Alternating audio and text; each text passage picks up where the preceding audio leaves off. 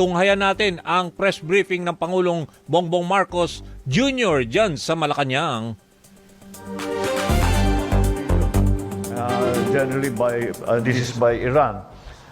Yung mga tumulong sa Amerika at yung mga bansa na tumulong sa Amerika ay inaatake ngayon ng Iran as retaliatory strikes. Kaya very fluid ang situation. Ang assessment namin is delikado siguro magpalipad. Kahit na kaya nating magkumuha ng eroplano at ipasok, wala tayong magagawa. Dahil, number one, the airports are closed. There are all no-fly zones. This is a combat area. And ang kinakatakutan ko sa lahat ay yung nangyari, I'm sure nabalitaan ninyo lahat, tatlong fighter jet ng Amerikano ay pinabagsak ng Kuwait by mistake. So, kung commercial airline, baka magkamali din at baka they will attack it by mistake. So that's what we are worried about. So siguro yung pagpalipad ay hindi muna natin gagawin. Ngayon, by land, meron mga option na nagsasabing by land. Yun din ay delikado din dahil kung magkaroon ng friendly fire incident, alam mo pagka may putukan, it is an active combat zone. Pag nakakita ka ng maraming sasakyan, baka bombahin yun. Because they will misidentify it as some hostile movement. So that is also dangerous. Although that will be the best option that we will have in the immediate future. Dahil nga kinakatakutan pa natin yung pagpalipad. So, ang advice na binibigay natin sa ating mga kababayan ay maghanap kayo ng safe place at doon kayo muna at you stay there and you stay in a safe place and stay indoors and stay away from areas of danger. Sa ngayon, we have the most dangerous area for our people right now would be Israel. Dahil tuloy-tuloy ang attack sa Israel. But the situation is Israel, dahil sanay sila sa gera, marami silang mga bomb shelter na pwedeng pagtaguan. At yun ang naging advice namin sa ating mga kababayan, doon muna kayo.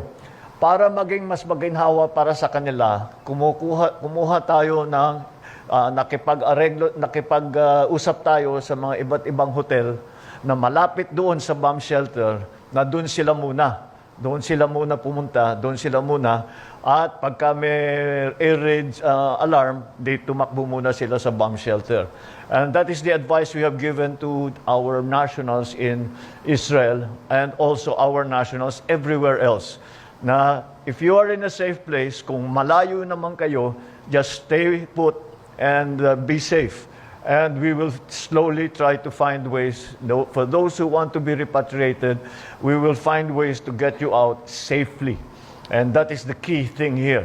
Pinakauna nating tinitignan ay dapat ligtas sila, hindi sila magka-problema, hindi sila ma-attack dahil sa misidentification, dahil nga tuloy-tuloy ang pagbomba, missile attacks, drone attacks, and we already have seen friendly fire incidents in the past day. So kailangan natin bantayan yon. So right now, safety first for our people, and they are in constant contact with our embassy staff, both and the families of those who are working and living in the Gulf countries. Meron silang hotline with the Department of Migrant Workers and also with the DFA para maitanong naman nila kung anong kalagayan ng kanilang mga kamag-anak. The other thing is yung contact, may telepono pa.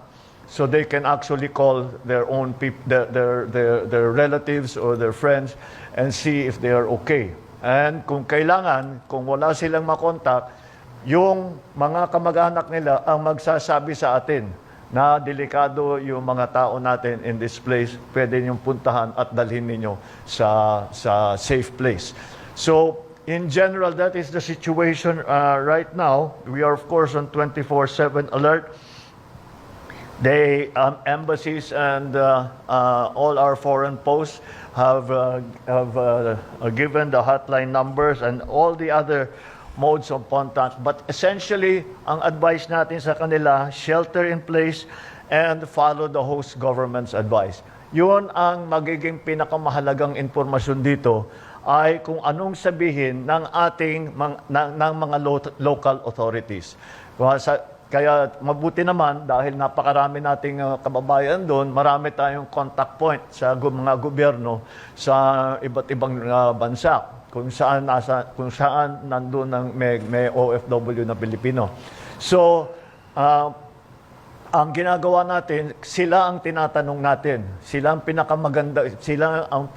may pinakamagandang impormasyon na makapagsabi sa atin, safe na ilabas ninyo na, i-evacuate nyo na yung mga tao ninyo. And what means of evacuation that will be, and where, kung saan idadaan, ang ating mga kababayan para sila ay malagay muna sa safe place at eventually maiuwi dito sa Pilipinas. So these are the plans that we have to in place. Maglalagay na sana tayo ng mga quick response team doon sa mga crossing area. Pero kagaya ng nasabi ko, yung mga crossing area, kung maalala ninyo, halimbawa, remember when the Hamas attack was done in Gaza, dinaan natin sila sa Rafah crossing, nagpunta sila sa Egypt. Ngayon, ang karamihan ng mga Pilipino in Israel are in Tel Aviv. Malayo na yun sa Rafah crossing. So we have to find other ways. So sa ngayon, we are depending on the advice that will be given to us by the local authorities in the place where our nationals, where our people are. And that is what we are hoping we will be able to determine, to assess when it is safe for us to. We already are collecting assets, mga bus, mga sasakyan. We are already collecting those assets para pagbigyan tayo ng kahit counting window, sabihin, meron kayong 3 oras, ready na tayo para mailabas na kagad sila. O yung mga kababayan natin, there's another thing that we're doing, yung mga kababayan natin, mga workers natin na nasa areas kagaya ng mga oil refineries sa Saudi. Oil refineries have now become a target. Maraming Pilipino doon. So in the other places that are danger areas where there are plenty of Filipinos, linalabas din natin sila doon to bring them to a safer place. So yun ang ating ginagawa for now within the area. Mahirap pa talagang pumasok at lumabas doon sa area na yan. Dahil ang lumilipad lang ngayon ay ang mga fighter jet at saka drone at saka missile. Kaya it's not a place that you would want to put in a civilian aircraft to take out our nationals. But as I said, the situation is changing by the minute, by the hour.